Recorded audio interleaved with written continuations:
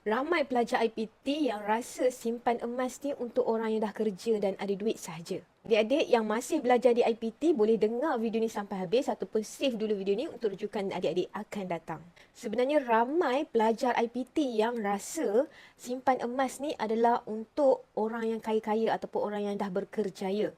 Padahal simpan ni adalah tentang disiplin dan juga tentang sejak bila kita mula. Makin awal tuan-puan mulakan, makin awal adik-adik mula simpan, sudah tentu makin untung.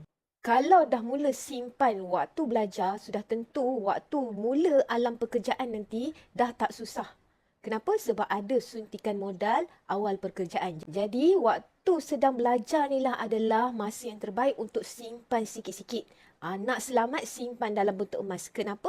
Sebab jika adik-adik ataupun tuan-puan yang ada anak-anak yang sedang belajar, of course dia nak belajar dalam tempoh 3 tahun ke atas.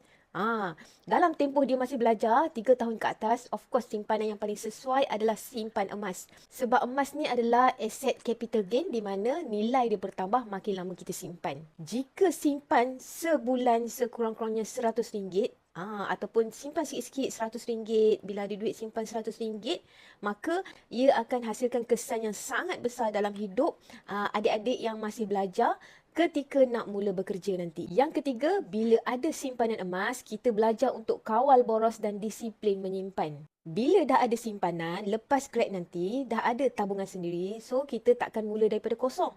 Nak mula cari kerja dan sebagainya perlukan suntikan modal. Jadi dah ada backup plan, dah ada simpanan yang boleh jadi suntikan modal untuk adik-adik mulakan kerjaya nanti. Kalau adik-adik ataupun ada anak-anak tuan-puan yang nak mulakan simpanan emas serendah RM100, simpan sikit-sikit dalam akaun JAP Public Gold, boleh klik link di profil, daftar percuma dan boleh start menabung mulai sekarang.